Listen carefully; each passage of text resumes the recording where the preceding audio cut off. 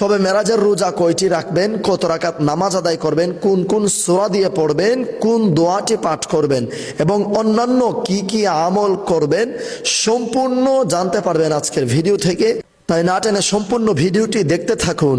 আসসালামু আলাইকুম ওয়া রাহমাতুল্লাহি ওয়া বারাকাতুহু। সুপ্রিয় দর্শক শ্রোতা মণ্ডলী, চলছে পবিত্র মাহের রজব মাস। যে রজব মাসকে বদির মাস বলা হয়, আল্লাহর মাস বলা হয়। জাহিলি যুগের লোকেরা পর্যন্ত যেই মাস আসলে যুদ্ধ বিগ্রহ বন্ধ করে দিত, এটি হচ্ছে রজব মাস।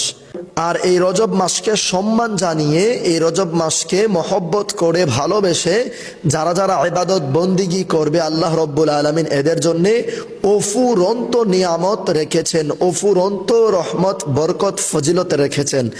রাসূল করিম সাল্লাল্লাহু আলাইহি ওয়াসাল্লামের একখানা হাদিসে মোবারক, কিতাবের নাম ফাজাইলুল আওকাত, 96 পৃষ্ঠার 11 নম্বর হাদিসে রাসূল করিম সাল্লাল্লাহু আলাইহি ওয়াসাল্লাম বলেন, সালমান ফারসি রাদিয়াল্লাহু তাআলা আনহু এই হাদিস মোবারক রওয়ায়াত অর্থাৎ বর্ণনা করেন।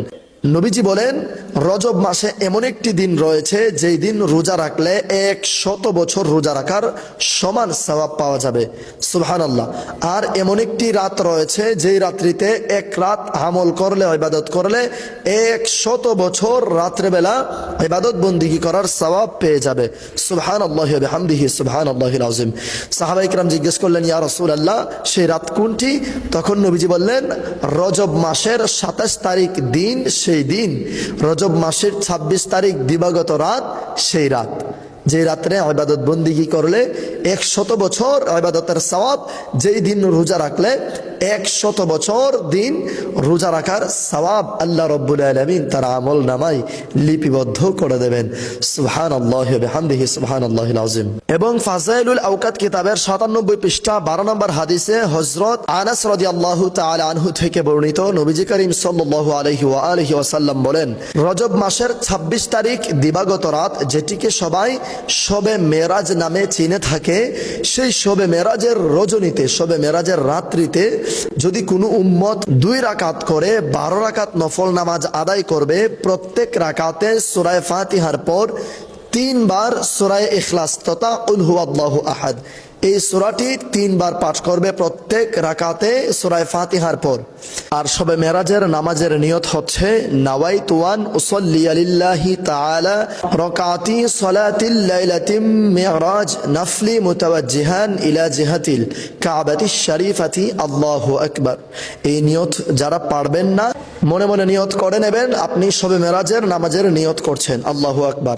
নিয়ত বাঁধার পর সানা পড়বেন, সানা পড়ার পর আউযু বিল্লাহি মিনাশ শাইতানির রাজিম বিসমিল্লাহির রহমানির রহিম, তারপর সূরা ফাতিহা, সূরা ফাতিহার পর প্রত্যেক রাকাতে 3 বার সূরা ইখলাস পাঠ করে নেবেন।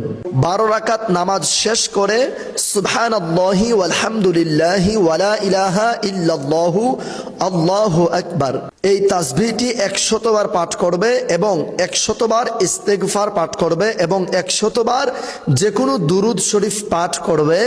এরপর আল্লাহ রব্বুল আলামিনের দরবারে মোনাজাত করে যা যা ইচ্ছে, তার যা যা প্রয়োজন, যা যা ইচ্ছে করে সবকিছু আল্লাহ রব্বুল আলামিনের কাছে চাইবে। যা কিছু চাইবে আল্লাহ রব্বুল আলামিন তাকে তাই দান করবেন। সুবহানাল্লাহি ওয়া বিহামদিহি সুবহানাল্লাহিল আযীম। সুপ্রিয় ইমানদার ভাই বোনেরা, সম্মানিত দর্শক শ্রোতা মণ্ডলী, এই নামাজ কখনোই মিস করা যাবে না। শবে মেরাজের রজনীতে আমরা অবশ্যই এই 12 রাকাত নফল নামাজ আদায় করব ইনশাআল্লাহ। এবার আসুন, আপনি মেরাজের রজনীতে কয়টি রোজা রাখবেন? নবীজি বলেন, তোমরা সব সময় ইহুদি নাসারা খ্রিস্টানদের বিপরীতে আমল করবে। তারা যদি 1 রাকাত পড়ে তোমরা 2 রাকাত, তারা যদি 4 রাকাত তোমরা 6 রাকাত, এইভাবে নামাজ আদায় করবে, এইভাবে তোমরা রোজা রাখবে। শবে মেরাজের রোজা আপনি 1টিও রাখতে পারেন, 2টিও রাখতে পারেন, 7টি রাখতে পারেন, 8টিও রাখতে পারেন, 10টি রাখতে পারেন, 15টিও রাখতে পারেন, চাইলে এর থেকেও বেশি রাখতে পারেন। অনেকে আবার জানতে চেয়েছেন একসাথে